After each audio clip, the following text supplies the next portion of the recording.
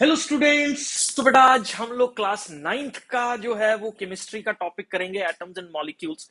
इसमें मैं बिल्कुल बेसिक से स्टार्ट करूंगा कि एटम जो है वो क्या होता है, कौन कौन से सब एटॉमिक पार्टिकल्स जो है वो एटम के अंदर प्रेजेंट होते हैं, क्या क्या एटम के सब एटॉमिक पार्टिकल्स के नाम है, उनके मासेस क्या है, उनके ऊपर चार्जेस क्या है। तो वीडियो काफी इंटरेस्टिंग होने वाला है, बिल्कुल जीरो से स्टार्ट होने वाला है। तो क्लास नाइन्थ के बच्चों से रिक्वेस्ट है कि पेन कॉपी जो है वो उठा लें और सब कुछ जो है वो नोट करेंगे। चलो बेटा अगले स्लाइड पे आ रहा हूं मैं। तो जो एटम है बेटा जी वो थ्री बेसिक पार्टिकल्स से जो है वो मिलके बना होता है। पहला पार्टिकल हम लोगों के पास है इलेक्ट्रॉन, दूसरे पार्टिकल को हम लोग प्रोटॉन बोलते हैं, और तीसरा सब एटॉमिक पार्टिकल जो है वो न्यूट्रॉन है। ये तीन सब एटॉमिक डिविजन्स जो हैं वो क्लास नाइन्थ के अंदर हम लोगों के पास जो है वो आती हैं। जबकि अगर असल में हम लोग बात करें तो एटम के कुल मिला के 42 के आसपास जो है वो सब एटॉमिक पार्टिकल्स अभी तक फाइंड आउट हो चुके हैं। उनमें से हम लोग जो है क्लास नाइन्थ के कोर्स के अंदर तीन पार्टिकल्स जो कि इलेक्ट्रॉन, प्रोटॉन और न्यूट्रॉन है, इनके बारे में जो है वो पढ़ने वाले हैं। तो इलेक्ट्रॉन एक ऐसा पार्टिकल है जो कि नेगेटिवली चार्ज है, इसके ऊपर नेगेटिव चार्ज होता है, एटम के अंदर प्रेजेंट होता है। प्रोटॉन एक ऐसा पार्टिकल है जिसके ऊपर पॉजिटिव चार्ज जो है वो प्रेजेंट होता है, और न्यूट्रॉन एक ऐसा पार्टिकल है जिसके ऊपर जो है वो कोई भी चार्ज जो है वो प्रेजेंट नहीं होता। देखो याद कैसे करना है इसको, पी से प्रोटॉन और पी से पॉजिटिव, न्यूट्रल न्यूट्रल तक ये न्यूट्रॉन, तो यहां से आपको याद हो जाएगा। और इलेक्ट्रॉन जो बचा हुआ है वो कौन सा चार्ज हो गया हमारे पास, नेगेटिवली चार्ज हो गया। अभी क्वेश्चन आता है कि how we came across the charges, हमें कैसे पता लगा कि एटम के अंदर जो है वो चार्जेस होते हैं। तो बेटा जी बहुत साल पहले, अगर मैं 300-400 साल पहले की बात करूं, तो कुछ इलेक्ट्रोस्टैटिक्स के अंदर, ये एक ब्रांच है फिजिक्स की, बहुत सारे एक्सपेरिमेंट्स जो हैं वो किए जा रहे थे। जैसे कि आपने भी ये बहुत फेमस एक्सपेरिमेंट सुने होंगे कि अगर मैं ये स्केल लूं और बिट्स ऑफ पेपर्स को रब करके स्केल को इसके पास लेके जाऊं, तो ये स्केल जो है वो इन बिट्स ऑफ पेपर को क्या करता है, अट्रैक्ट करता है। इसका मतलब कुछ ना कुछ ऐसा है जो यहाँ पे हो रहा है, और ये पेपर्स जो हैं वो स्केल की तरफ क्या फील कर रहे हैं, अट्रैक्टेड फील कर रहे हैं। जब लेटर ऑन स्टेजेस पे साइंस डेवलप की तो इन पार्टिकल्स का नाम जो है वो चार्ज दिया गया। और चार्ज बेसिकली दो टाइप्स के होते हैं, एक हमारे पास होता है नेगेटिव चार्ज, एक हमारे पास होता है पॉजिटिव चार्ज। अब क्वेश्चन ये आता है कि चार्ज दो टाइप्स के ही क्यों होते हैं, क्योंकि जब हमने इस तरह के फोर्सेस को जो है वो एनालाइज किया तो हम लोगों को एक चीज समझ में आई कि दो ही तरह के फोर्सेस जो हैं वो लग रहे हैं, या तो अट्रैक्शन हो रही है और या क्या हो रहा है हमारे पास, रिपल्शन हो रही है। तो इन्हीं दो चीजों को मद्देनजर रखते हुए हमने चार्जेस को दो कैटेगरीज के अंदर जो है वो डिवाइड कर दिया। एक पॉजिटिव वाली कैटेगरी के अंदर डिवाइड कर दिया, और दूसरा जो है वो नेगेटिव वाली कैटेगरी के अंदर जो है वो हमने डिवाइड कर दिया। अब इसमें जो दूसरा पॉइंट आपको ये समझना है कि पॉजिटिव चार्जेस जो हैं वो आपस में क्या करते हैं, ये सबको मालूम है, बहुत छोटी क्लासेस से तुम लोग इसको पढ़ते आ रहे हो कि पॉजिटिव पॉजिटिव रिपेल करते हैं, सिमिलरली नेगेटिव नेगेटिव चार्जेस भी क्या करते हैं हम लोगों के पास, रिपेल करते हैं। जबकि अगर मैं पॉजिटिव नेगेटिव चार्जेस की बात करूं तो पॉजिटिव नेगेटिव चार्जेस हम लोगों के पास क्या करते हैं, अट्रैक्ट करते हैं। ऐसी नेगेटिव पॉजिटिव चार्जेस की अगर बात करूं तो ये पार्टिकल्स भी हम लोगों के पास क्या कर रहे हैं, अट्रैक्शन को जो है वो कॉज कर रहे हैं। ठीक है, तो आई होप आपको ये आइडिया लग गया कि ये सारे के सारे सब एटॉमिक पार्टिकल्स जो है वो किस तरह से फाइंड आउट किए गए। चलो बेटा नेक्स्ट स्लाइड पे जो है वो मैं मूव कर रहा हूं अभी। तो अब क्वेश्चन आता है कि अगर ये पार्टिकल्स एटम के अंदर प्रेजेंट हैं तो एटम के अंदर कौन से प्लेस पे ये पार्टिकल्स जो हैं वो हमारे पास प्रेजेंट है। तो एटम्स के अगर मैं स्ट्रक्चर की बात करूं बेटा, तो एटम का जो स्ट्रक्चर है वो एक स्फेरिकल इन शेप स्ट्रक्चर है। तो इस तरह का जो है वो मैं स्फीयर आपके सामने जो है वो ड्रॉ कर रहा हूं। तो इस तरह का स्फेरिकल स्ट्रक्चर जो है वो एटम्स का हम लोगों के पास जो है वो देखने को मिलता है। ठीक है, मैं एक बार यहाँ पे फिर से बता दूं। तो ये मेरा मान लो एक जो है वो एटम हो गया ये वाला, और इसके अंदर एक और मैं बना रहा हूं एक स्फेरिकल स्ट्रक्चर। ये जो पिंक वाला स्फेरिकल स्ट्रक्चर है इसको हम लोग क्या बोलते हैं, न्यूक्लियस जो है वो बोल देते हैं। और ये जो बाहर वाला स्फेरिकल स्ट्रक्चर है ये एक्स्ट्रा न्यूक्लियर स्ट्रक्चर है, जो न्यूक्लियस के बाहर वाला स्ट्रक्चर जो है वो हम लोगों के पास होता है। होते क्या है, ये ये सारे के सारे स्फेरिकल और थ्री डायमेंशनल स्ट्रक्चर्स जो है वो एटम के हमारे पास प्रेजेंट होते हैं। तो एटम के अंदर दो कौन कौन सी मेजर चीजें जो है वो होगी, आप ये समझ लो यहाँ पे। एक हमारे पास क्या हो गया, एक तो न्यूक्लियस हो गया, दूसरा एक्स्ट्रा न्यूक्लियर जो न्यूक्लियस के बाहर वाला स्पेस जो है वो हो गया। अब आपको प्रेजेंस जाननी है, तो प्रेजेंस के अंदर आप एक चीज समझ लो बेटा, जो इलेक्ट्रॉन्स है वो न्यूक्लियस के बाहर वाले रीजन के अंदर जो है वो प्रेजेंट होते हैं। जैसे फॉर एग्जांपल अगर ये न्यूक्लियस है हमारे पास, तो जितने भी इलेक्ट्रॉन्स जो कि नेगेटिवली चार्ज पार्टिकल्स हैं वो न्यूक्लियस के बाहर जो है वो हम लोगों को देखने को मिलते हैं। जबकि हमारे पास जो प्रोटॉन्स हैं, जो पॉजिटिवली चार्ज पार्टिकल है, और जो न्यूट्रॉन्स हैं, ये न्यूक्लियस के अंदर देखने को मिलते हैं। तो आपको इसकी प्रेजेंस जो है वो समझ लेनी है। इलेक्ट्रॉन्स जो है वो आउटसाइड द न्यूक्लियस प्रेजेंट होते हैं, प्रोटॉन्स और न्यूट्रॉन्स जो है वो हमारे पास इनसाइड द न्यूक्लियस जो है वो प्रेजेंट रहते हैं। अच्छा चलो एक चीज मेरे को सोच के बताओ आप, कि अगर न्यूक्लियस के अंदर प्रोटॉन्स और न्यूट्रॉन्स प्रेजेंट हैं, then what is the charge on the nucleus? तो न्यूक्लियस के ऊपर कौन सा चार्ज होगा? बट ऑब्वियसली देखो, ये पॉजिटिवली चार्ज है और ये जो है इसके ऊपर कोई भी चार्ज नहीं है, जीरो है।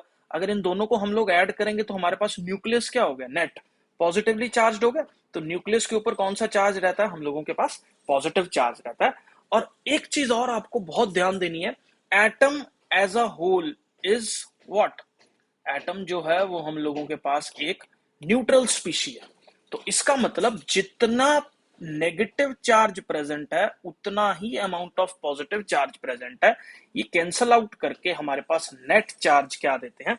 जीरो देते हैं। ठीक है, तो आई होप आपको ये पता लग गया कि एटम जो है वो ओवरऑल एक न्यूट्रल स्पीशी है। एटम के ऊपर जो है वो कोई भी चार्ज जो है वो प्रेजेंट नहीं होता, लेकिन एटम के अंदर नेगेटिव और पॉजिटिव चार्जेस एक इक्वल नंबर के अंदर जो है वो प्रेजेंट होते हैं, जिससे एटम का नेट चार्ज जो है वो क्या होता है? जीरो होता है, या atom as a whole is neutral. तो आई होप बेटा जी ये भी आपको पता लग गया कि कहां पे उसकी प्रेजेंस थी, कितना उसका चार्ज था। ठीक है, तो ये सब चीजें जो है वो क्लियर हो। अब आगे बढ़ रहे हैं बेटा हम लोग।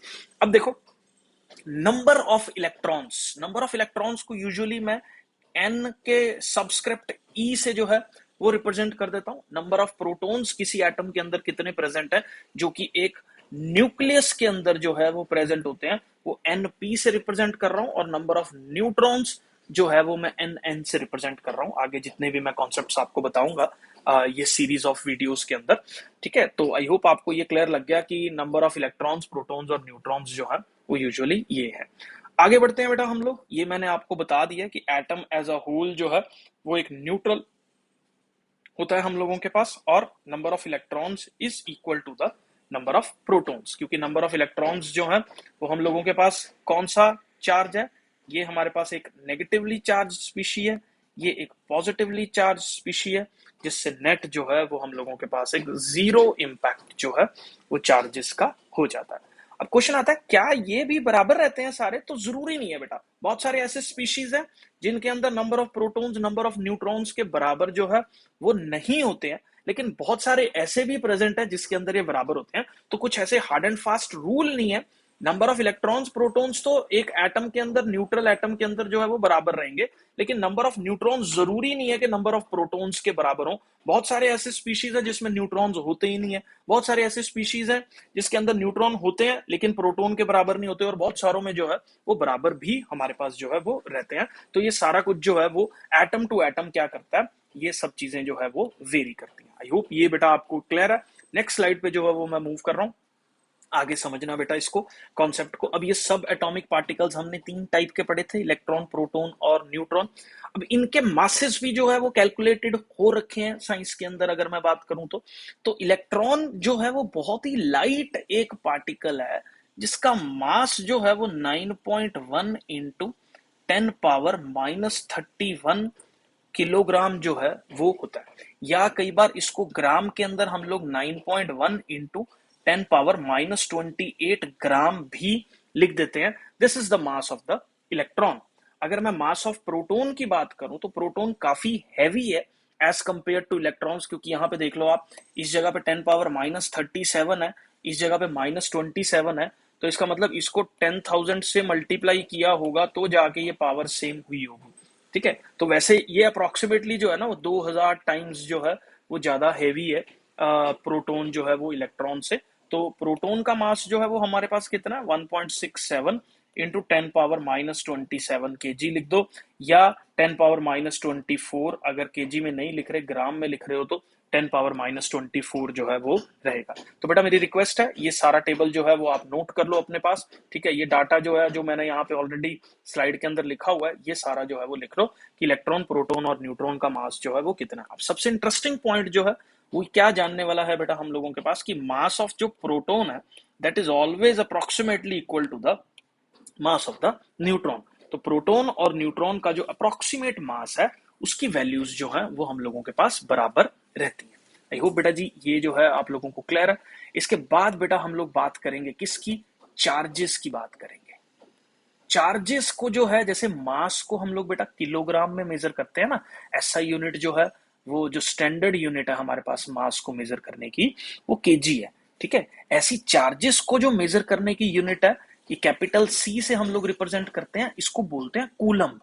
एक ये साइंटिस्ट हुआ था कूलम, उसने चार्जेस के ऊपर बहुत सारा वर्कआउट किया था, तो उसके नाम पे जो है ये यूनिट बनाया हुआ है हमने कूलम, जिसका सिंबल है हमारे पास कैपिटल सी। अब ये कैपिटल सी जो वैल्यू है इसकी चार्जेस की, जो इलेक्ट्रॉन की अगर मैं बात करूं तो चार्जेस को यूजुअली हम लोग क्यू से रिप्रेजेंट करते हैं, मास को जैसे एम से करते हैं।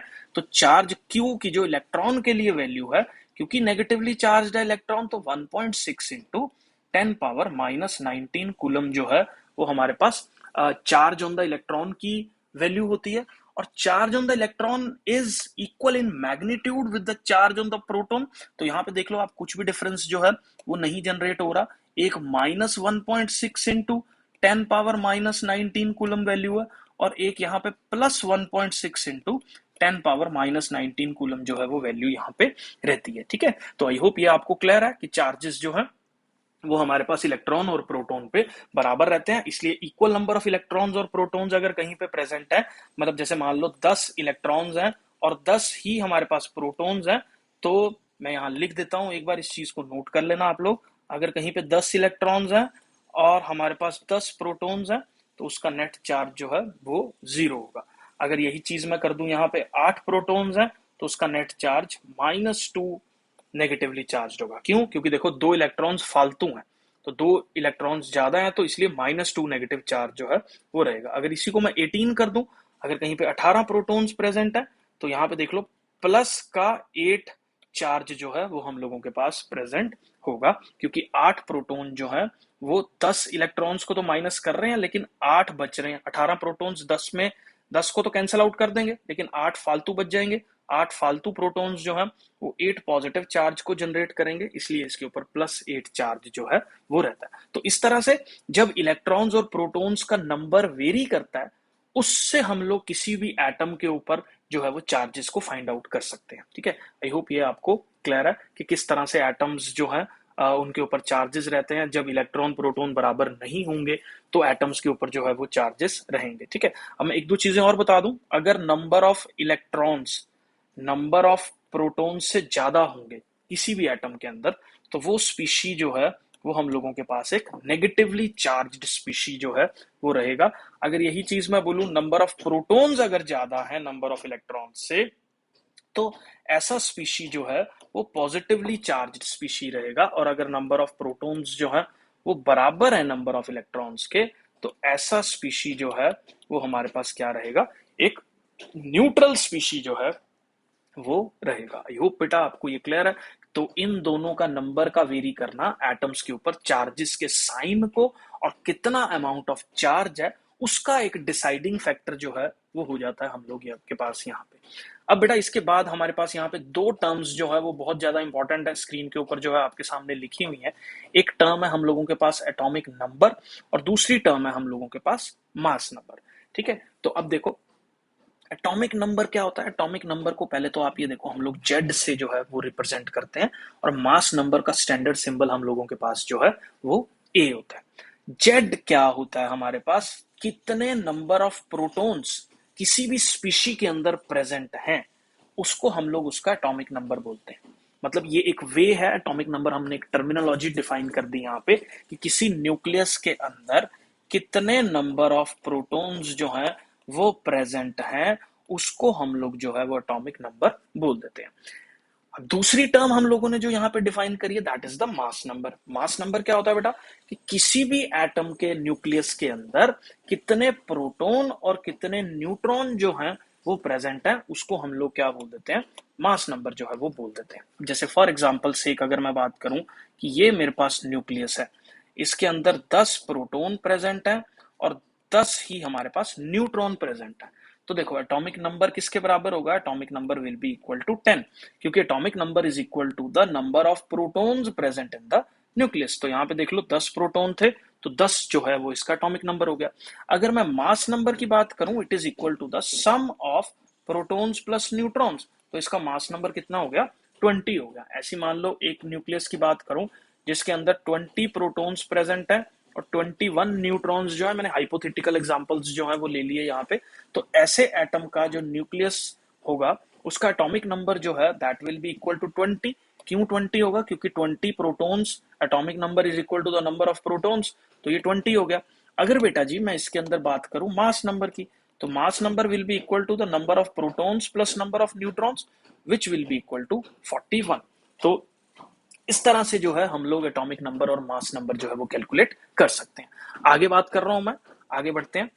बेटा बस अभी इतना ही करेंगे, अगले जो है वो लेक्चर में मैं बहुत सारे एटम्स के सिंबल्स, उनके एटॉमिक नंबर्स और बहुत सारी चीजें जो है वो लेके आने वाला हूं। अगर आपको वीडियो अच्छा लगा तो चैनल सब्सक्राइब जरूर कर देना। Thank you, thanks a lot.